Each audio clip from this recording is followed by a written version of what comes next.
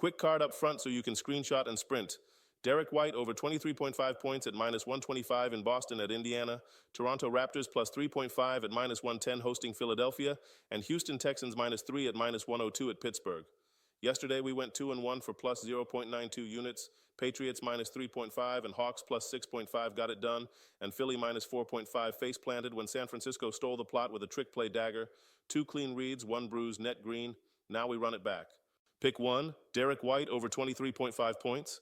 Boston's normal shot hierarchy is missing 2 load-bearing walls. Jason Tatum is out and Jaylen Brown is tagged doubtful.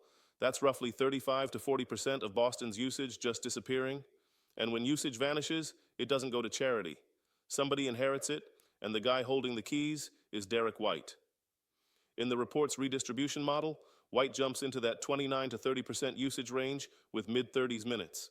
That's primary creator territory, more pick-and-roll reps, more late clock possessions, and more fourth-quarter touches because there's no superstar to hide behind. The projection lands around 28 points, which basically says the line at 23.5 is pricing him like a side character when he's the temporary main character. Indiana helps too. The Pacers have been brutal defending guards, especially the shooting guard slot, and their pick-and-roll coverage bleeds clean pull-ups. White loves that. Add Indiana's pace creating extra possessions, and we get a volume recipe.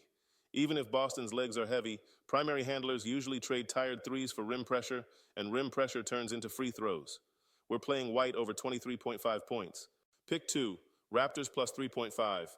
This is night 2 of the same arena back-to-back, and game 1 already screamed value. Toronto won 116 to 115 in overtime while shooting 5 for 32 from 3, 15.6%, and they still won. If you can win while shooting like that, it means you're winning the possession game. Turnovers, rebounds, and foul pressure. And Philly's setup is fragile. With Joel Embiid and Paul George out, their offense becomes the Tyrese Maxey show.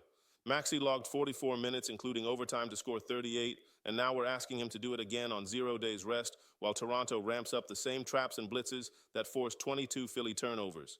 Meanwhile, Toronto's workload was spread through a younger, deeper rotation that doesn't have to play one guy saves us basketball.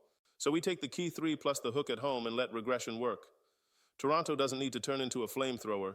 They just need to shoot like an NBA team instead of a middle school fundraiser.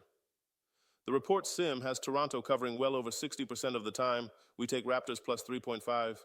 Pick 3, Texans -3 at the Steelers. This line is trying to sell a nostalgia package. Pittsburgh in January, towels twirling, underdog grit. Cute, but the matchup is ugly for the home team, and ugly is fine when we're holding the better math. Houston brings an elite defense by the efficiency metrics in the report, and Pittsburgh's offense is being piloted by Aaron Rodgers in the smart but not sprinting era.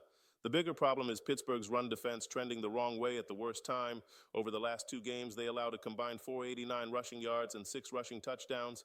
If you can't fit gaps in January, you don't get a happy ending. That collapse gives Houston a clean script. Run into the soft spot, force long down and distance, then let the Texans pressure without blitzing and rotate coverages behind it. The report even flags officiating history that's been rough on home underdogs, plus a special teams edge that matters in a low-total playoff grinder. We don't need perfect. We just need Houston to be Houston. We take Texans -3. Card recap, White over 23.5, Raptors plus 3.5, Texans -3. Keep it disciplined, don't chase, and if the night gets weird, remember, variance is just math wearing a fake mustache. Let's cash.